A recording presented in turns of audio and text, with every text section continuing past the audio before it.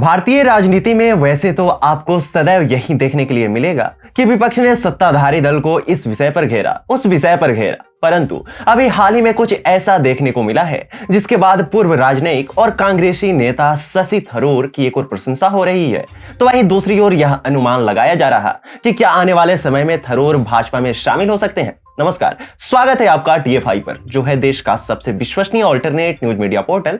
और मैं अवनीश तिवारी आपको अवगत कराऊंगा कि आखिरकार शशि थरूर ने ऐसा क्या कह दिया है जिसके बाद भाजपा में शामिल होने संबंधी संभावनाएं जोर पकड़ने लगी है। दरअसल संयुक्त राष्ट्र में अमेरिका और आयरलैंड की ओर से एक प्रस्ताव लाया गया जिसमें कहा गया कि प्रतिबंधित देशों यानी पूर्व में की गई गतिविधियों के चलते ब्लैकलिस्ट किए गए देशों को भी मानवीय सहायता में छूट मिलनी चाहिए ताकि आपदा या संकट के समय लोगों की मदद की जा सके।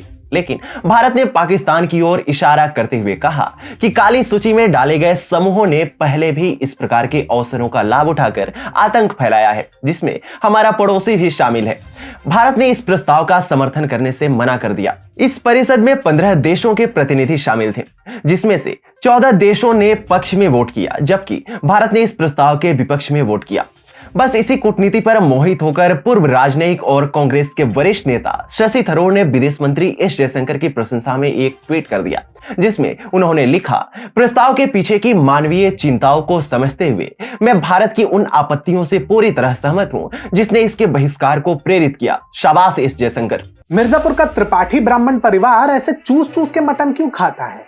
क्या रामाधीर सिंह सच में बदमाश था या वासेपुर की लड़ाई को बॉलीवुडिया रंग दिया गया है? ऐसे कई प्रश्न है, परंतु उत्तर केवल एक ही जगह मिलेगा, TFI के एंटरटेनमेंट चैनल पर। ऊपर दिए लिंक को दबाकर आप सब्सक्राइब कीजिए और घंटी दबाइए, इनका घंटा हम बजाएंगे। क्या शशि थरूर बीजेपी ज्वाइन कर सकते हैं? इस प्रश्न के उत्तर के लिए हमें कांग्रेस में शशि थरूर के साथ हो रहे सौतेले व्यवहार पर ध्यान देना होगा। यही नहीं, कांग्रेस अध्यक्ष के लिए हुए चुनाव के बाद से ही थरूर को लगातार किनारे किया जा रहा है। इसके अलावा शशि थरूर G23 वाले गुट से भी जुड़े रहे हैं। इस गुट ने कांग्रेस में बदलाव करने के लिए एक प्रकार से गांधी परिवार से ही विद्रोह कर दिया था। ज्ञात हो कि उसी G23 गुट में गुलाम नबी आजाद भी थे, जो अब कांग्रेस छोड़ चुके हैं।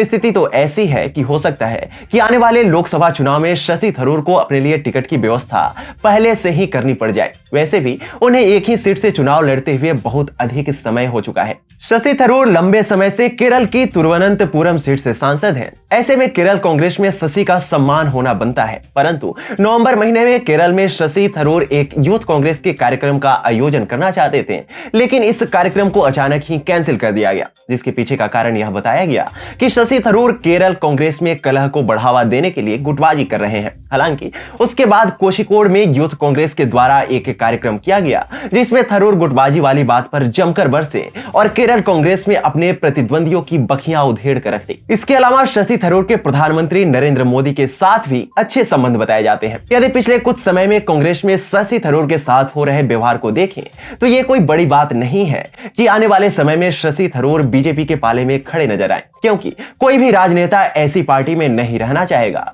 जहां उसको पर्याप्त सम्मान न मिले। खासकर शशि थरूर तो एक ऐसे व्यक्ति हैं जो पूर्व राजनयिक, बेहतरीन वक्ता और लेखक भी हैं। शशि थरूर को पसंद करने वालों की कमी नहीं है।